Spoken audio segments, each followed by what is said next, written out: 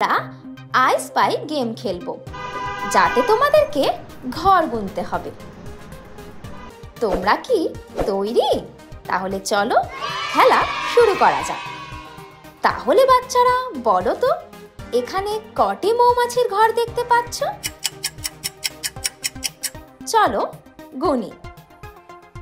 1 2 3 4। হ্যাঁ, সঠিক গণনা করেছো। এখানে 4টি মৌমাছির ঘর রয়েছে।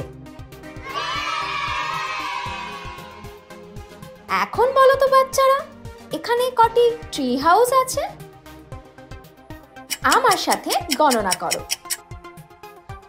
1 2 3। সঠিক গণনা করেছো। এখানে 3টি ট্রি হাউস রয়েছে।